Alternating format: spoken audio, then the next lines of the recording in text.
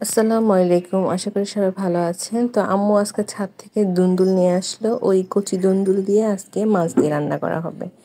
তো আম্মু মাছগুলা যে একটু হলুদ লবণ দিয়ে মেখে নিল। এখন কড়াইতে তেল দিয়ে ভেজে নিচ্ছে। তো একটু যখন মসমসা হয়ে যাবে এরপর আম্মু পেঁয়াজ দিয়ে দিবে। তো এই যে দেখুন, ছাদের যে কচি ধুন্দুল, তো খেতে খুব মজা হয়েছিল আর কচি কচি ছিল। তো এই যে দেখুন, এখন পেঁয়াজ দিয়ে দিচ্ছে আম্মু। তো যখন একটু লাল হবে তখন আম্মু মাছগুলো উল্টিয়ে দিবে।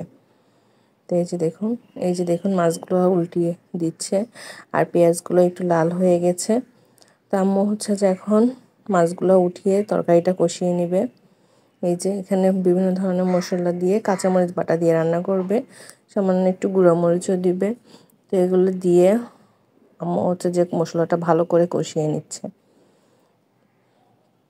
দুন্দুল, লাউ এই জিনিসগুলো কাঁচামরিচ দিয়ে রান্না করলেই ভালো লাগে বেশি, কারণ গুঁড়া মরিচটা এগুলোর সাথে মানায় না।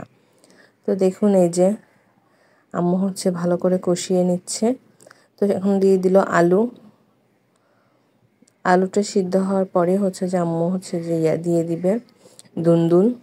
আমার আম্মু গাছে কোনো কীটনাশক ব্যবহার করে না, জৈব সার ব্যবহার করে নিজে স্বাদ তৈরি করে, যার কারণে ফলন মাশাআল্লাহ দিয়ে অনেক ভালো হয়। তো এই যে কষানোর পরে আম্মু পানি দিয়ে দিল, এই পানির মধ্যে হয়ে যাবে।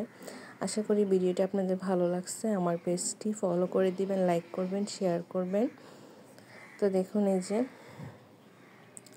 আসসালামু আলাইকুম, সবাই ভালো থাকবেন।